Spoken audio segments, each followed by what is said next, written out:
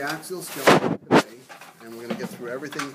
Everything I go over is fair game, so you have to write it down, right? Okay, so, and sometimes I go fast, but I'll come back, right? All right, so first of all, when you look at the skull, as I said last time, always you should know your view.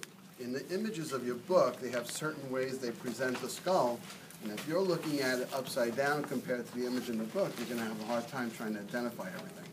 So know your view. First of all, just like a child, like I said, when a child looks at something, they kind of look it all over. So you're going to look at it from the front. That's an A to P view. You look at it from a lateral view. That's a side view. It's the same on either side. It doesn't matter. You just have to know what's anterior, whoops, and what's posterior. Once you know where your bearings are, then you can figure out where everything is. So with the cranium on, you have certain landmarks. You have the sutures to look at. So in the front, you have what's easy, frontal bone. Right? On the side, you have the parietal bones. Separating the frontal from the parietals is the coronal suture. Separating the two parietals, the sagittal suture. What is a suture? It's a junction of... It's a joint. It's a joint. It's a very tight joint, right? And it looks like a suture. It's a very tight joint, and they do expand a little bit. And in the infant, it's a big space, right? You have the soft spot.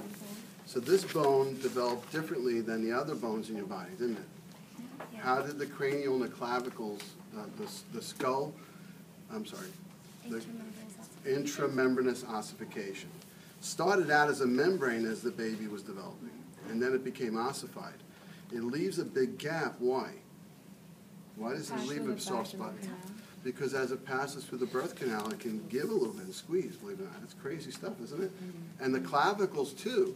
They're start as a fibrous first, and they can bend as you come through. And one of the injuries that happens sometimes at birth is the baby's clavicles are pretty hardened, and they fracture clavicles at birth. They don't even realize the baby's colicky, crying all the time. Meanwhile, the baby, poor thing, has a fractured clavicle, and nobody knows it. You know, giving birth and being an obstetrician is a really noble job. It's not easy for them to bring that baby and everybody safely through, and so you can't go against them for what they